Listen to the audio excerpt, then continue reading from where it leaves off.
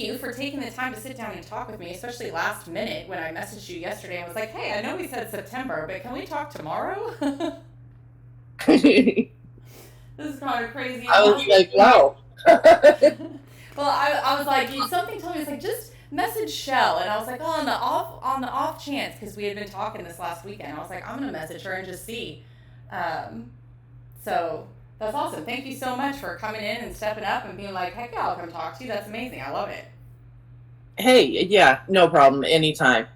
So I was reading up. I did finish Bones. I'm just going to jump right into talking to you about your books and everything. I finished Bones about 2 hours ago, maybe a little less. And so then I went online and I got to look in, because all I've really seen is Bones is your Bonetti Brothers series. But girl, you've written a whole bunch of books. Like it was said like the Chelle verse, and sure as shit, it was like Den of Sin, Men of Mayhem, Dark Desires, Forbidden Desires. I was like, holy cow. So do they all, tell me a little bit about them. Do they kind of run into each other, like crossover characters, or are they all just their own separate kind of worlds?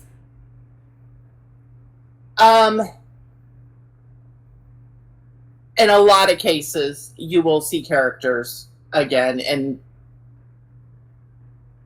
I don't know if I'd say they're interconnected worlds. Like the Men of Mayhem series, that was the DeLuca brothers. That was the first Mafia series that I did. Okay.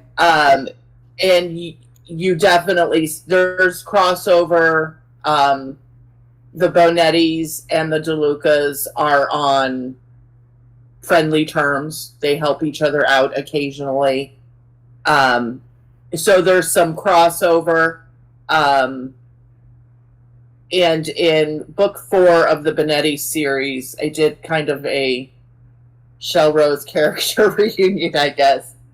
And there's a lot of characters, starting with like Unholy, which was a couple years ago, and onward. So the male character from Unholy, his name was Max, and I've had for about 2 years, I had readers begging me to put Max in a book. And I was like, no, I'm not just going to put him in a book. Like, if it makes sense, then I'm going to do it, but I'm not going to do it just because that's what they want. I'm very sorry. Yeah. It has to make sense for the story. And it finally, with Psycho, it made sense. So, I did that. But yeah, you frequently will see characters kind of pop up for cameos in a lot of my books. I love that. I absolutely love it. When I started diving in, and then you co-wrote a book too. I saw one of them, Deadly Obsessions. You co-wrote with another author. Are those the only ones you have? Am I missing any? Like books that I've written, or the co-writes? No, books in general that you've written. So, my first 5 books, I actually unpublished. Okay. I think as you get, at the time, I thought they were good enough to publish, obviously, because I published them. But kind of as I went on and as I grew, I was like, oh. And, if you're embarrassed by somebody saying, hey, I got your first book, I can't wait to read it, and you're like freaking out, yeah, maybe it shouldn't be published. So no, I unpublished. I unpublished my first 5, which people thought I was crazy, but whatever. They were also not dark at all, and I felt like it didn't really set the right reader expectation. I thought it might be a little confusing. Yeah. So I unpublished the first 5, but I think Mercy was my first one after that. And, then there's Finding Mercy, there's Liam and Mercy, then there's Xander's Secret. And then after Xander's Secret, we get into Unholy, and that's really where I started to get, you know, somewhat dark at least. And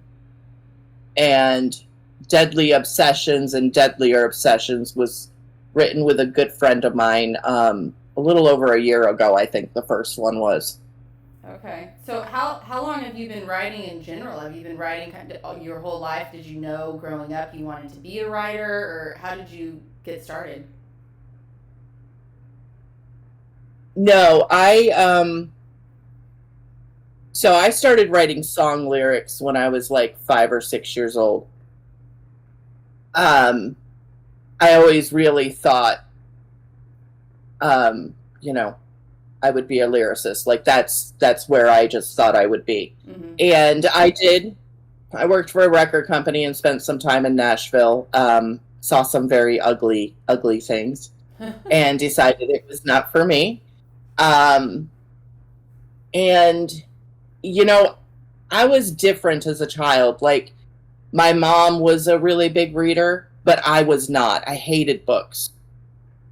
I now know that I just didn't find the genre that was right for me because I love reading now. Yeah. But it really came a lot later in life, and just, you know, I was going through a really dark time in my personal life, and I had this idea for my first book, and I was like, you know what? I'm going to write a book.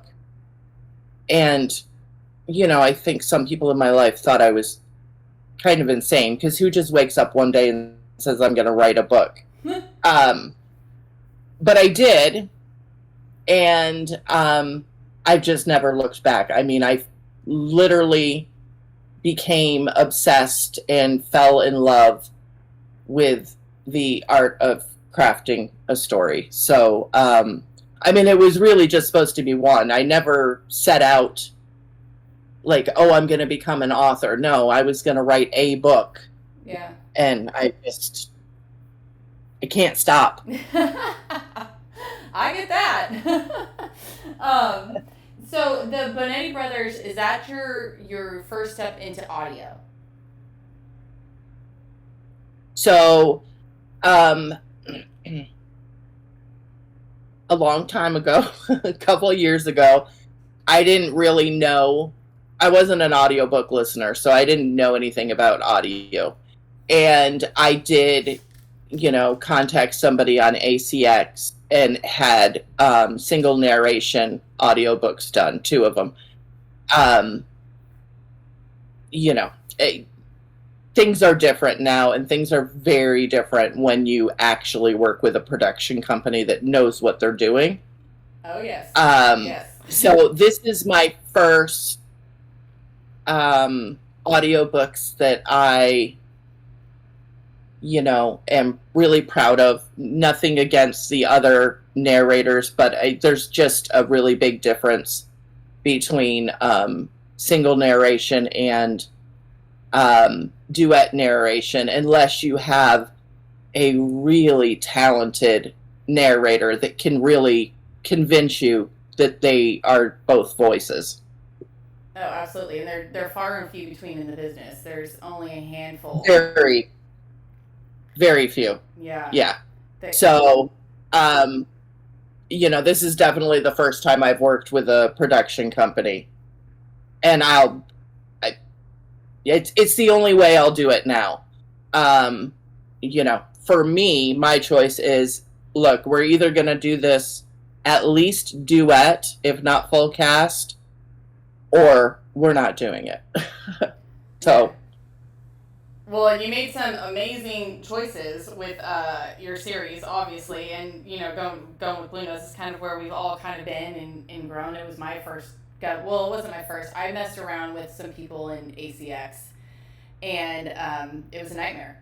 And I know that I've heard that story from a lot of other people. It didn't go to fruition with my audiobooks before basically I had reached out to Blue Nose about 1 or 2 other ones. And they were like, hey, well, we see these ones too. And we just got to talking, and I was fortunately able to get out of those other contracts because like the checkpoints hadn't been hit and things like that. But I know what you're talking. My experience with ACX was a nightmare. So Yeah, yeah, they won't let me out. So those books will be there for another couple of years. yeah. Um, because the narrators want to hold on to it. Why, I don't know, but that's okay. That's their choice.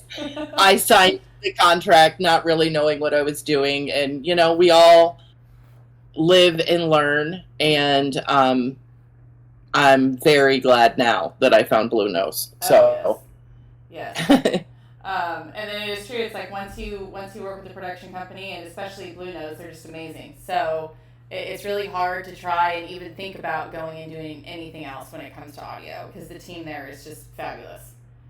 well, yeah, I mean, it's exactly why when I decided that my next book that I wanted an audiobook, I mean, they were the first people I contacted, and I was like, okay, let me know if you're interested. If you're not, then I'll shop elsewhere. But until you tell me you're not interested, I'm going to wait. Yeah. Yeah.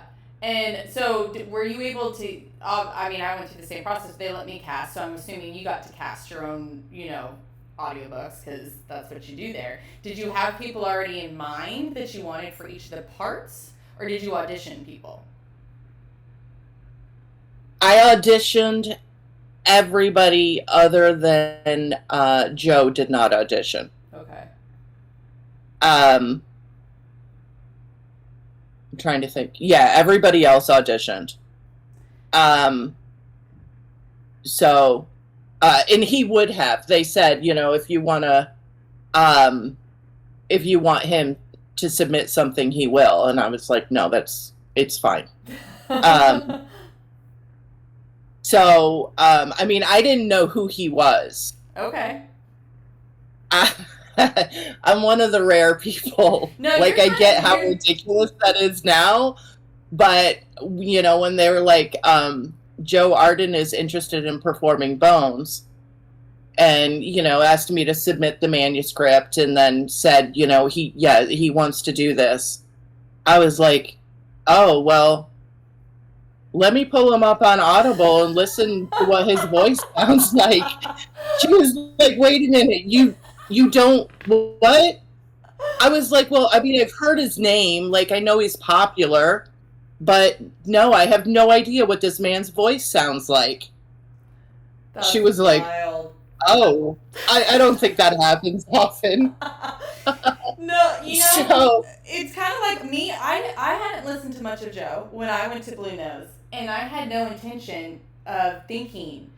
I don't want to say I didn't have any intention of him ever doing one of my projects, of course, like if he wanted to work on one, but I didn't think he would ever want to. So he was the farthest thing from my mind when I went to Blue Nose, and I hadn't heard much of him either, because I wasn't really, I mean, I had heard maybe the clips of the Raven Hood and stuff floating around, like, most all of us have if you're on TikTok or something, but I hadn't really listened to a lot of his books. And then you it's this whole Joe universe that you kind of get immersed in. And it's amazing, and he's a phenomenal actor. So, but no, I was kind of like you too, to be honest. Yeah, I was just like, I've heard his name. I know that he's a super popular narrator. But I was like, I'm not familiar with his work. So, I mean, I listened to a little bit. I hadn't even heard an audiobook at that point, like, ever in my life. Okay. So, what did you listen to? Well, it was actually after he recorded Bones live in the booth. I was like, I've got to hear a completed audiobook. And Beatitude. That was the first one, I think. Okay. I haven't listened to that one personally, but I've heard amazing things about it. It is so good. I mean, I was blown away. I listened to that one because, of course, Joe was the voice actor for Bones, and Marie Hawkins was the female voice actor for Reaper. So I was like, hey, I got two of them Yeah. in one book. So I was like, okay, I'm going to give this one a go. Yeah, it was amazing. And then from there, I went to the Ravenhood series, and then Under Your Scars. Yeah. I'm still mad about that. I think everyone who's ever experienced that book is. Yeah. For your writing, you kind of write mafia, so this is going to be a different kind of question. Do you base your characters though off of any real people in life?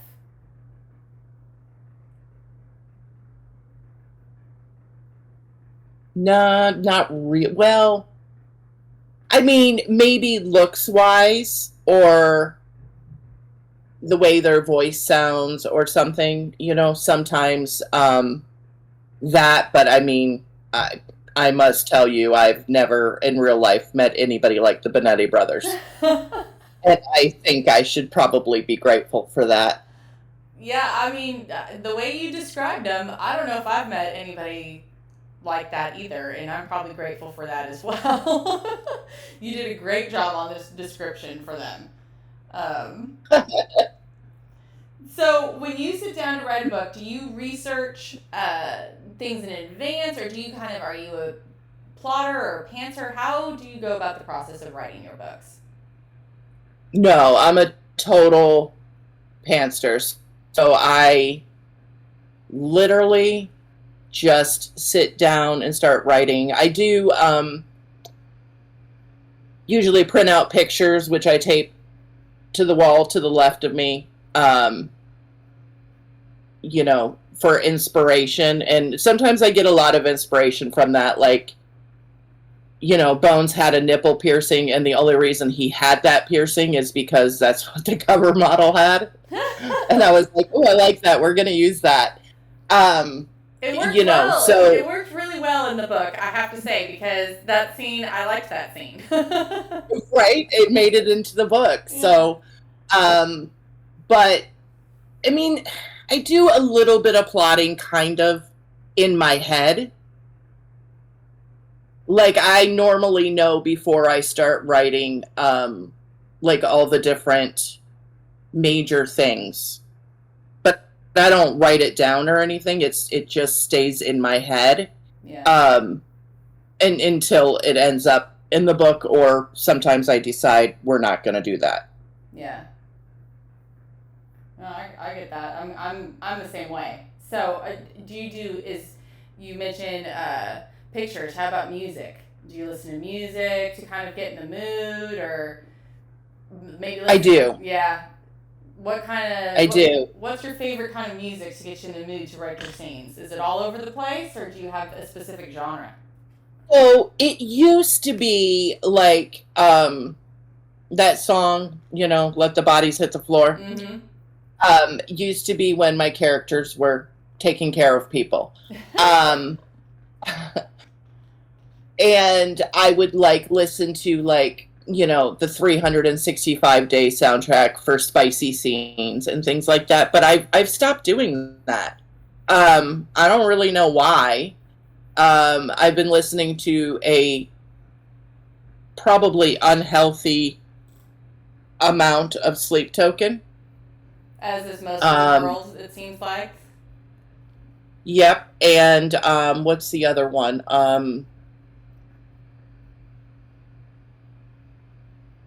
Popular Monster has been on repeat. I haven't heard of them. I'll have to check them out. Oh, it's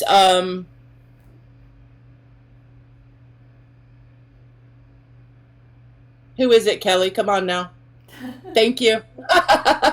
Falling in reverse.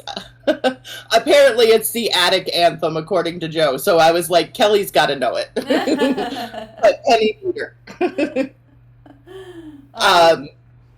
So yeah, I have a different kind of brain, and I will listen to the same song on repeat day after day after day. And it, other people around me are like, really? Aren't you getting sick of that? No? Yeah. Mm-mm. I'm the same way. I can dive into a song and I'll play it to death if it's my mood. So I get that. Yeah. So You mentioned earlier, one of the questions I had for you was, do you write for your audience or do you primarily write for yourself? And you mentioned how people wanted a book about a certain character, and you're just like, I'm not going to write the book, you just write the book. So would you say that you write for yourself? You don't try and write for your readers. I mean, obviously you want to please your readers, but I mean, for a certain audience, you have to write. I mean, you have to feel it. I definitely have my readers in mind, and I mean, I care certainly what they think about it. However, at the end of the day, it has to be a book I like. Mm-hmm. If it isn't, it's not going to get finished. Like I have to fall in love with the characters. I have to be emotionally connected to them, and so I have to, unfortunately, whether it's going to be a great seller or not, I have to please myself first and just really hope that it will also make the readers happy. Yeah. Do you have a favorite character you've written so far? Oh. I'm a love the one you're with kind of girl. Yeah. So right now I'm loving the heck out of Raven, who is the male character from my next book, Lunatic. Okay. But if I really, really had to pick one of the Bonetti brothers, it would be a toss-up. No, it would probably be Reaper, because he's my poor, beautiful, broken boy. I'm going to have to, in his audiobook's out, correct? Yes, that was Marie Hawkins and Bryant Walker that did that. That actually just came out. I think it was a few weeks ago. It's funny how you lose track of time. I thought that I saw that only those two are out, so I'm gonna have to listen to that one next because I'm definitely invested. And I've never heard that male narrator. Who is it? Bryant Walker. Bryant Walker. I've never heard him before. Oh wow. So now I'm excited to hear a new narrator too. And Reaper definitely caught my attention in Bones. So I want all their stories. So I'm invested now in your universe that you've created. So yeah, he's I don't know if I need to be worried about trigger warnings in here. I don't think so. I mean, it'll okay. go up on a podcast, but I mean, like, I don't. Okay. I don't know. This is all new to me too, so we'll find out together. Well, he's a serial killer, and he's a different type of character, and he was very vocal in my head when I was writing Bones, to the point that that graveyard scene somewhere around chapter 5 in Bones, when he basically calls Bones to help him. Yeah. I took that out and put that back in like 6 or 7 times. Oh, wow. And I was complaining to my alpha readers. I'm like, we're not putting a serial killer in the middle of a mafia series. And they were like, do this. Yes, you have to. And it was actually, Cage was supposed to be book 2. That's the way I had planned it. But Reaper wouldn't shut up in my head. Like, I couldn't stop thinking about him. Yeah. So I was like, fine, you can be book 2. Oh, I love it. Okay, well, that's going to be my next listen. I mean, and I loved that scene. Like, I can't imagine not having that scene in the book. I thought it was great. So I'm glad you didn't take it out. Yeah, it was crazy, and I definitely was like, I don't know that we're doing this. But when a character speaks, you let them. just won't stop. we don't have a whole lot of choice. So No. I'm glad now. I mean, he is definitely a reader favorite for sure. Oh yeah, no, yeah, yeah. I'm excited to dive into his book next. He definitely, it gives it a different kind of edge because, like you said, you don't really see. I mean, they're all, I guess, in a sense.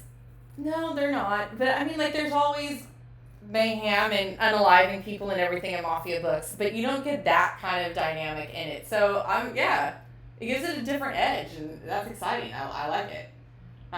It's different. Yeah, he's different, and if you listen to his book, um, there's some things that happened to him that certainly contributed to the person that he is. Yeah.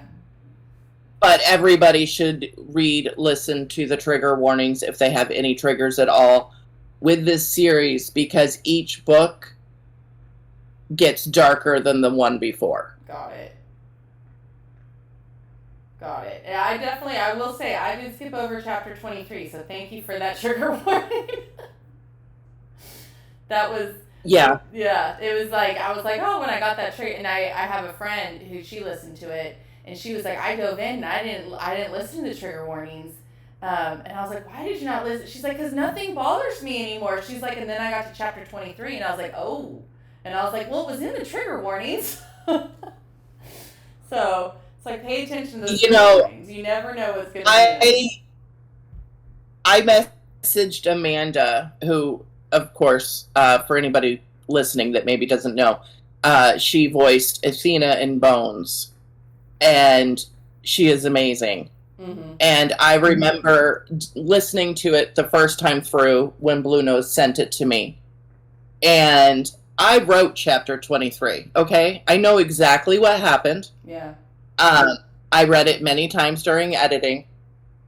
And I sat here listening to it with my hand over my mouth. Yeah. I was horrified by it. I was not okay. And I was like, oh, I'm so glad that they included the special trigger warning for chapter 23 in the audio, because it just hits differently. Yeah.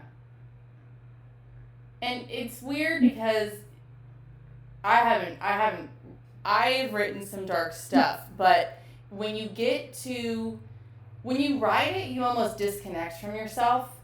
And when you have to hear it played back to you, it is different. Like, I don't know how to describe it, but I get what you're saying. It's like I can write it, and it's almost like a disconnect. It just flows, and it comes out on the page. But then hearing it played back, hearing your words played back to you, it is a completely different experience and takes on, yeah, I can imagine how you'd even be sitting there, and you're like, oh, I wrote this, but I'm affected. So. Well, and in all fairness, when I heard it, maybe it was in May that I heard it. Bones published the November before. So it had been a while since I had read that book.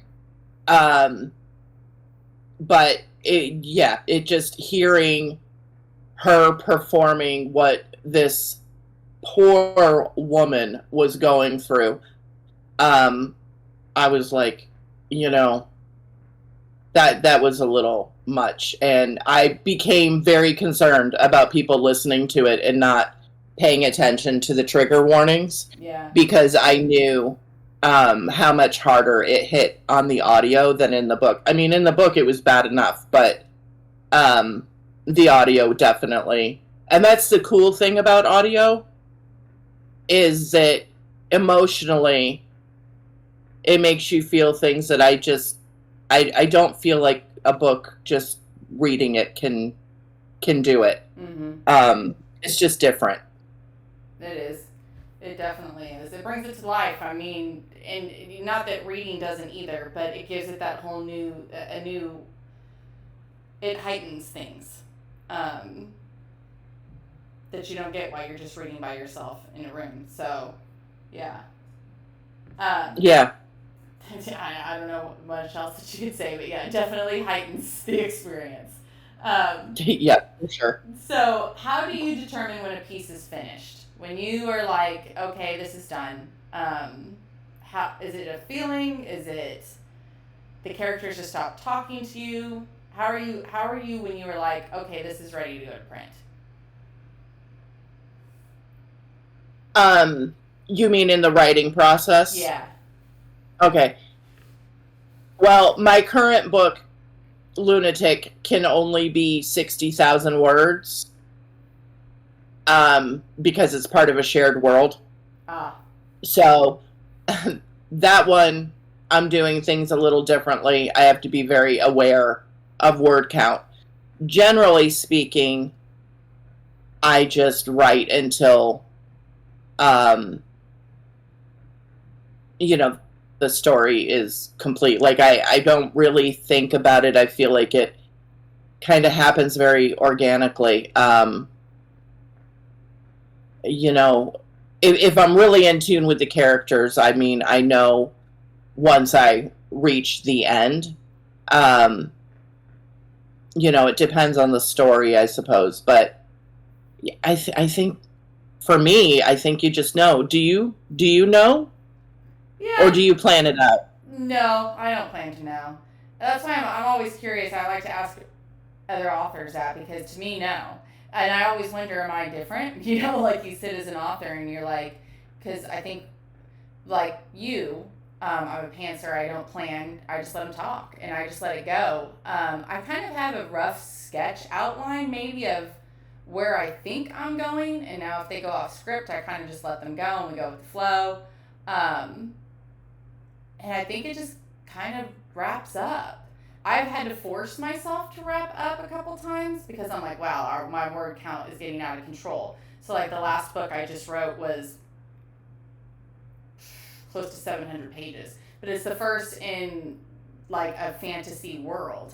And I had to get to the point with that one where it's like, I could continue to keep world building here, or we could save all this for books 2, 3, 4, and 5, So it's kind of like we need to wrap this up. We can't just keep going. But I think, yeah, it's exactly like you said, a feeling. Like you're just like, we're done. This is it. That was a good. Their story is complete. I would say. Sorry, I was coughing. No, I didn't you're want to fine. cough in your ear. Yeah, for me, it just, I just know. And it takes me, I'm just kind of, I think you learn more about yourself as a writer all the time. And I'm kind of learning now that it takes me, I feel like a good 20 chapters to really, really kind of fall into place with the characters, Yeah. which I think is why I rewrite chapters 1 through 10 so frequently. Do you? Yeah, but usually by the end, I know the characters really well, and I know, where we're going, how we're ending it. I'm a happily ever after girl, so it's almost always going to have at least a happy for now. So, usually I can kind of picture how that's going to look for the characters. So no cliffhangers. Have you ever written a cliffhanger? Oh my goodness. So my fourth book, which is unpublished now, ended with this cliffhanger of a plane crash, and you don't know whether, the male character survives or not. If you're out there, Shirley, hi, I will always remember your negative review. Yes, I still remember her name. Oh, Lord. She was so mad. But you know what, Shirley? Let's not start at the end of the book. I love petty. Damn it, Shirley. Oh. So, yes, I remember that. The reason I remember that, it was very early in my career. And I sat here and cried for a day and a half over that negative review. Oh, Lord. And because I had busted my butt to get book 2 to come out 2 weeks after that. Oh. I mean, as an author, Yeah. that's a feat. Yeah, that's tough. And yeah, so yeah, I mean, I don't cry about reviews anymore, but back then. So, I will always remember it. And I don't know. I may or may not ever write another cliffhanger. I haven't, but I really, really want to write a romantic tragedy. Yeah. No, I feel that. Losing Neverland is open to interpretation, and I never intended there to be any more books than that at all. Like, to me, it was like Losing Neverland was it. It's open to interpretation. You guys decide what happened. And so many people message me all the time, well, what happened? I'm like, what do you think happened? And readers don't like that. Now, I will go a step further and say that my first book I ever wrote, I wrote on a cliffhanger. And I thought I was being a genius until I published it and I realized it's really romance suicide. It's like, they don't like that. But I get you. I do like the but I love tragic love. And I love the light that comes from it and the happily ever after that comes from tragic love. Like, I just have always been drawn to it. I think that, the dark romance girl and all of us can say that. Like, there's something about tragic love and the beauty that comes out of it that just attracts you. But, yeah, I don't know if I'd do any more cliffhangers just because the readers, they really can't take it. They really don't like those. Yeah, they, I had a marketing guru that I sat down with before I published that book. And I won't say who she is, but she was like, they love cliffhangers. They say they hate them, but they love them. Do it, but have book 2 out shortly after. Now, back then, I mean, I think my only actual dedicated reader was my best friend. I didn't really have a reader base. So I think it was kind of like Russian roulette, it just was not a good idea for a newer author to be making readers mad. Yeah. Because then they don't pick up another book. They're like, oh, forget it. Or you have to, but you did 2 weeks later. And so, like, to me, if I was ever to do it, I've always said, well, you have to rapid release. And you did. Yeah. But I didn't have enough readers back then, I feel like. So, there weren't many people. It was a country. That's the other thing. I thought I was brilliant. I'm like, you got rock star romance. I'll give you country music. And I thought I had it figured out. I did not have it figured out. Oh, Lord. And is that, you said those are the books that are unpublished? Yeah. That was books 4 and 5 that I unpublished. Because now you're talking them up, and I want to go read this cliffhanger. I'm like, I'm invested now. I mean, the plane crash was pretty epic. The flight attendant, she didn't make it. Her name was Anastasia, and my best friend was like, did you just kill my daughter's name in a plane crash? Yeah, but it was quick. Oh, Lord. That's epic. That's awesome. Well, it's not awesome for the flight attendant, but No. So after finishing a manuscript, do you take a break, or do you kind of just dive right into another project? Are you one that's always working on projects, has multiple works in progress going all the time, or are you more like you focus on one, get it done, take a break, then move into another?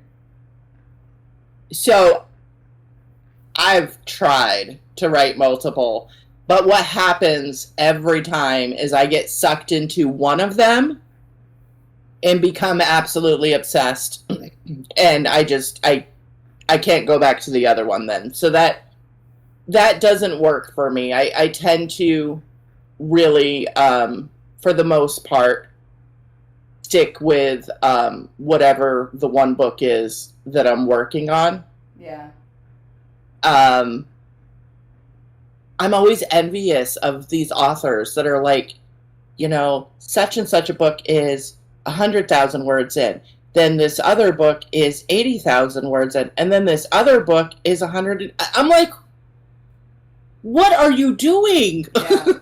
I can't do How? that. Yeah. I've tried to juggle 2 or 3 at a time, and I just can't. I feel too scatterbrained, and then I won't write, or like the others, they just get shoved to the side. I have to focus on one at a time and just stick with the characters that are talking to me. That's just the way I am. Do you ever worry, like, if you did that you'd be like, on book 2, you'd be like, oh, Johnny did something that he shouldn't have done, but then you're writing in the wrong book? Yeah, I've thought of That's that. what I would do. Yeah. You would need to read both books in order to understand what happened with both of them, because it would be a mix and match.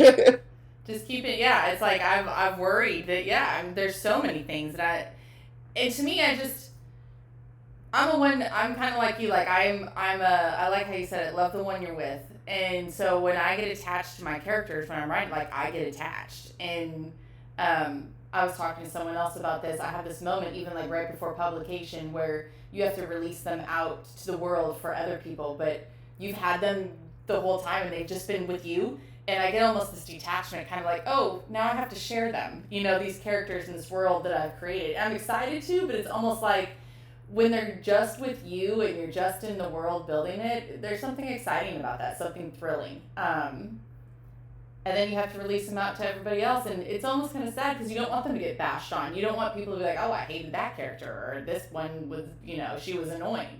And you're like, well, I created them, and I don't think they're annoying, so... yeah, it's different. I had a serious letting go problem with the Benetti brothers.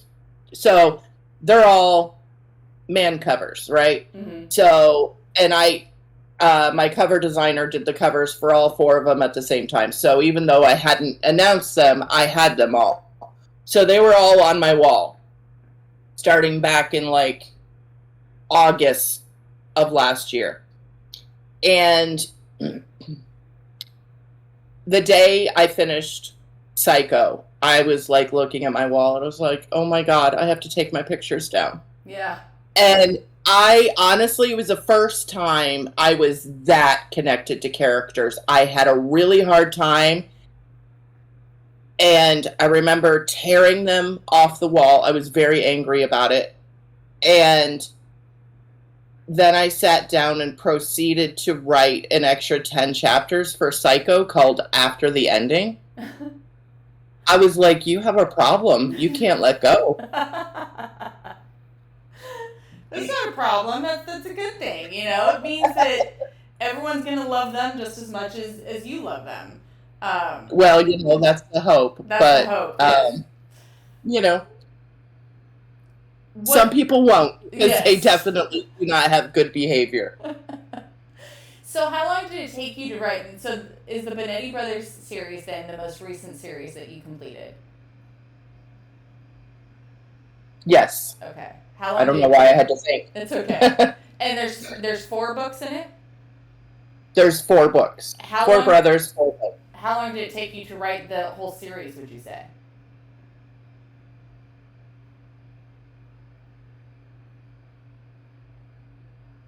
I'm counting.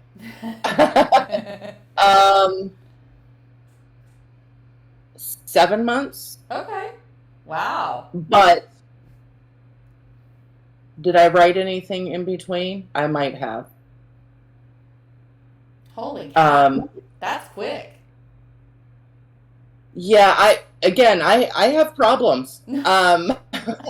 So like today, it's funny because I think you asked me before and I didn't even answer because I'm just a terrible guest. No. But the day I stop, I finish a book, I try to take a break from the book before going through and self-editing. Yeah. But what happens is, I say this every time, I am taking a break after this. I need a break. I'm taking like 2 or 3 weeks, and I'm going to read a ton. I'm not writing at all. And then 10 minutes later, I open a new document and start writing a new book. That's amazing. That's awesome. That's not a bad thing. I have a sickness. So, I think I write fairly quickly, but my books also are not 700 pages, ma'am. Hey, I've never done anything like that before in my life. I'm surprised at my 700-page book. That was when I first started writing. All my books were like 250 pages, 280 pages, like something like that. And I remember seeing these books in the stores, and I even had 1 or 2 friends that would write like 500-page books. And I'm like, holy crap, that's insane. I could never write a 500-page book. And then I did. And then I wrote another one. And then I wrote another one. And then this one ended up 700. And I was like, what the frick is wrong with me? I'm like, okay, we need to scale. The next one, we're going back to like 500 at least or something. Like, 700 pages is a beast.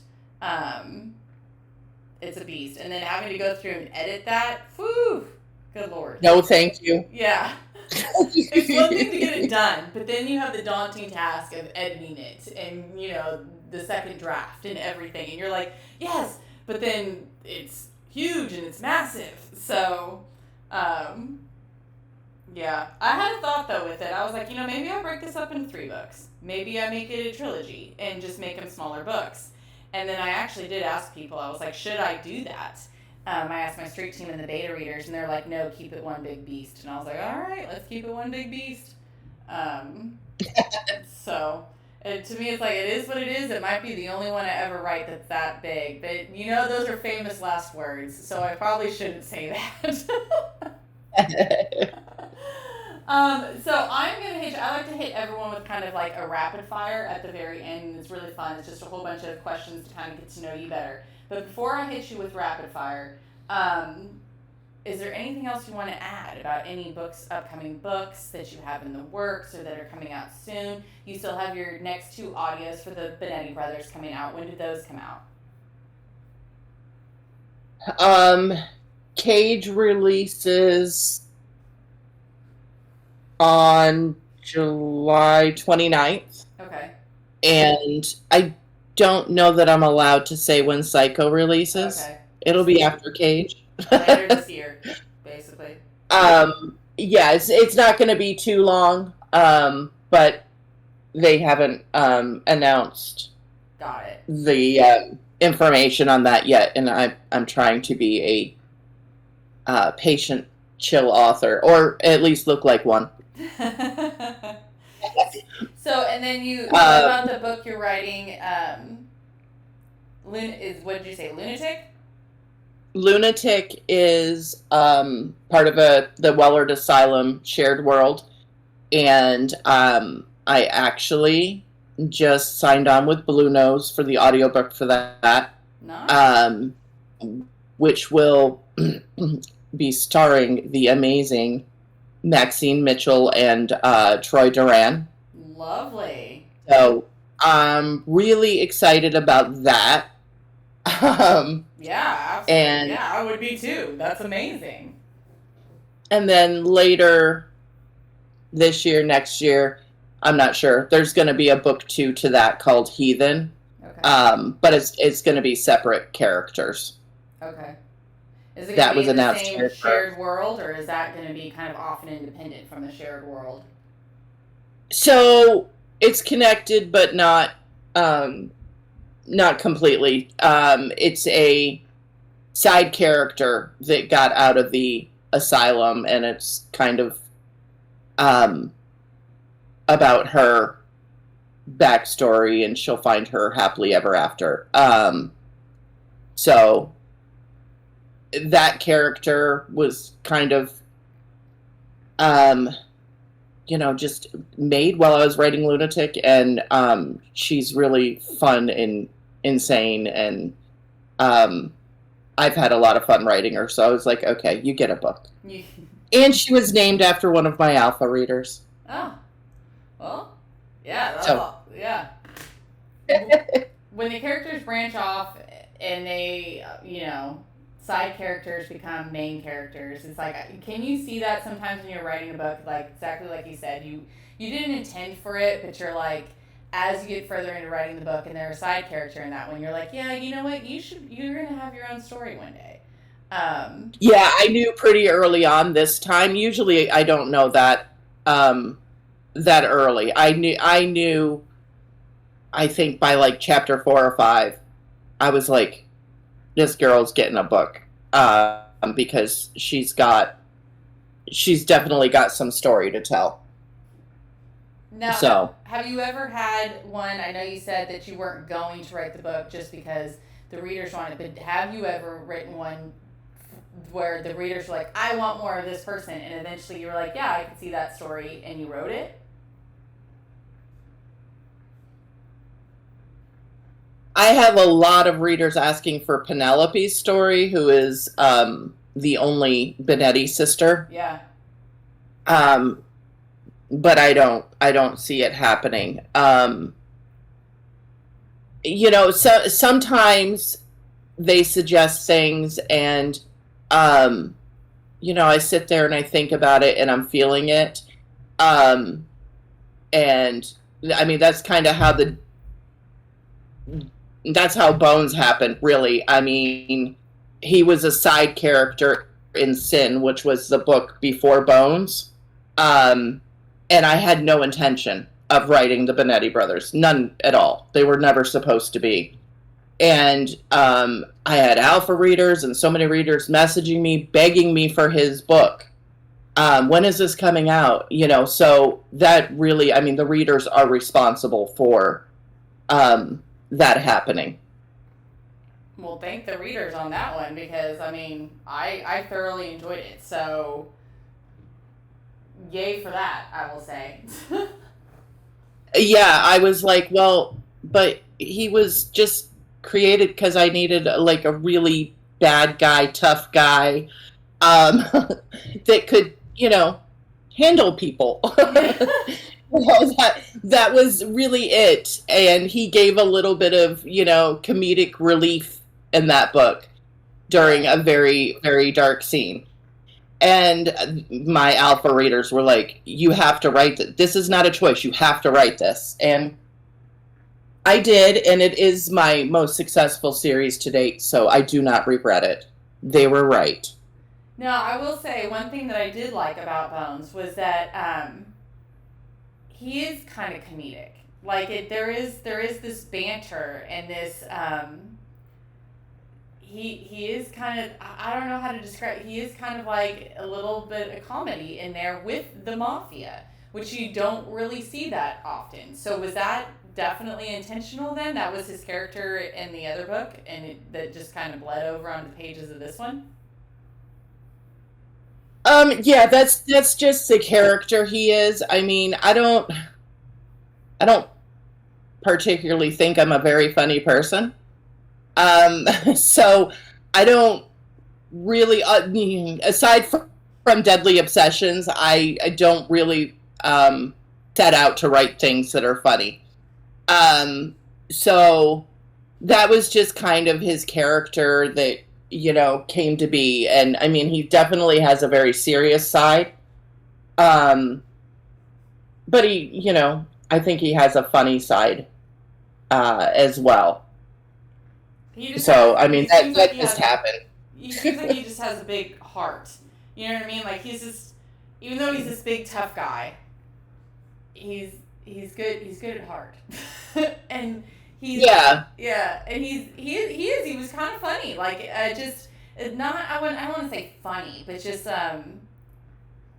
lighthearted, I guess you could say. Like I don't know, there's something different about him, that he had that brooding mafia-ness to him. And maybe it was just the way Joe kind of read him too. Um, but always kind of like with a smile. I don't know. It was different. It was refreshing, and I really enjoyed it. There was one Well, part thank you. that I literally laughed out loud. What was it? It was something. I forget which scene it was, but it was with the two brothers, and it was. I think it was when we go in there, no one look at her or something like that, and the one brother was something like, I get my own girls, or I forget what exactly the line is. I don't need to look at yours. I literally was cackling out loud, and it's such a simple line, but it had me laughing. I loved it. Well, thank you. I'm really glad you enjoyed it. All right, I'm going to hit you with some rapid fires, okay? And this is basically just a this or that kind of questions. There's quite a few of them, so depending on how long of an answer you want to give me, short, it's whatever you want to do. And you'll kind of get the flow of it as we go. So, are you more coffee or tea? Oh, coffee. Coffee. All right, do you do hot dogs or hamburgers? Hamburgers. Okay. So are you more of a mountain girl or a beach girl? Oh, neither. Oh, then where are you going? I don't know, but I found out a couple years ago that as much as I fantasized about the beach, I don't like sand between my toes. So I don't know where I'm going. The beach, if I can just like sit on a balcony and admire the water. Yes, without getting near the sand. I can do that. There for the view. So do you like summer or winter? Summer. Summer. Yes. Morning or evening? Well, I start my day at about 2 or 3 a.m. every day, so I'm going to say morning. Holy cow, girl. 2 or 3 a.m.? Mm-hmm. Why are you up? What, is it a job that you got to go to, or are you up that early writing? What are you doing at 2 o'clock in the morning? I'm up that early writing. I see. Gotta get those words in somehow. I get it. I've done like 4 a.m., but I've never done 2 or 3. That's hardcore. Yeah. So cats or dogs? Dogs. Salty or sweet? Sweet. Okay. Do you like texting or talking? Texting. Okay. I mean, I think most of us anymore in the world are that way, but I always like there are a few people that are like, oh, I prefer a phone call, and the rest of us are like, no, can you please just shoot me a text message? I don't need to talk to you on the phone. So do you like vanilla or chocolate? Vanilla. Okay. Wow. All right. Most people go for the chocolate. That's different. But I have a daughter who's like that too. She's like the one different one of all of us. She's always just wants the vanilla. So, polka dots or stripes? Oh. Yeah, that's a different one. Stripes. I had one person the other night. They said, "Well, what about flannel?" I was like, "Oh, well, that's true. There is flannel if you want to be the flannel girl." But so city or countryside? City. What's your favorite city? Siri's talking to me. I apologize. What was the question? I'm sorry. You're fine. What's your favorite city?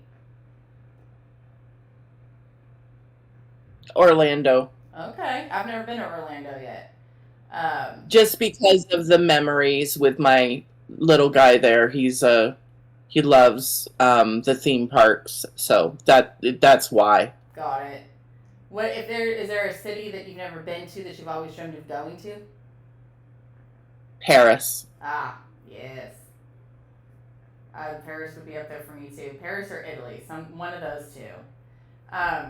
So would you rather stay in or go out? Stay in. Okay. Ice cream or cake? Cake. Would you rather? Well, this one, someone contradicted me the other night, and I said magic or superpowers, and they were like, "Isn't magic superpowers?" I'm like, "Yeah, I guess maybe, but I'm thinking more like the magic of casting a spell, and superpowers is in like your Superman. So, like, which one would you prefer?" Casting a spell. Casting a spell. So, time travel or teleportation? Oh. Oh, time travel. Right now, I gotta go with time travel. All right. Here's a different one. Would you rather have a pet dragon or a pet unicorn? Sorry, you cut out on the last one. Pet dragon or what? Pet unicorn. The gasp. I gotta go with a unicorn because my little guy would never forgive me if I got a pet dragon when I had the chance for a unicorn. So in life, would you rather a rewind button or a pause button?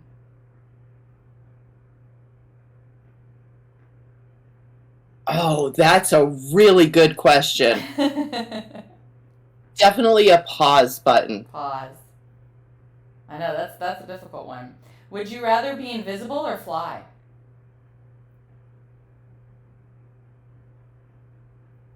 Well, I'm afraid of heights, so I don't think that's realistic. We're going to go with invisibility. So when you go ahead and you're picking up like a book or say you're watching a movie, comedy or drama? Drama. Okay. When you're traveling, are you the driver or the passenger?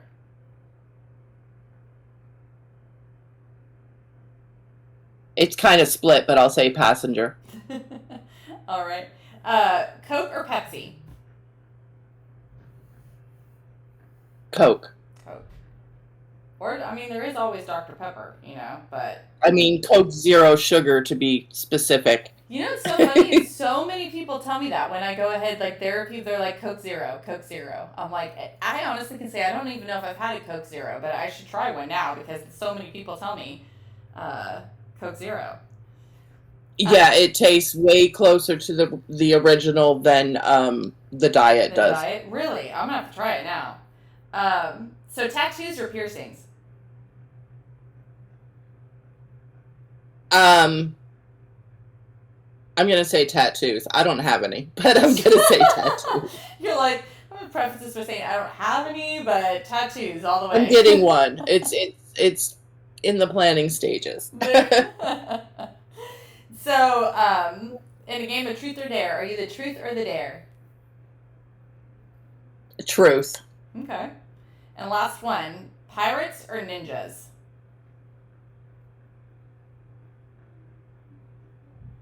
Pirates. Pirates. Every once in a while I get a ninja, but for the most part it's always the pirates. I swear. They win every time. I mean, they could be kind of hot. I've never seen a hot ninja. Hey, that's a good point. That is a very good Sorry point. for all the ninjas out there. There's something about the dark, dirty pirate that, you're just like, yeah, you're kind of hot. Yeah. So that's why I got to go that way.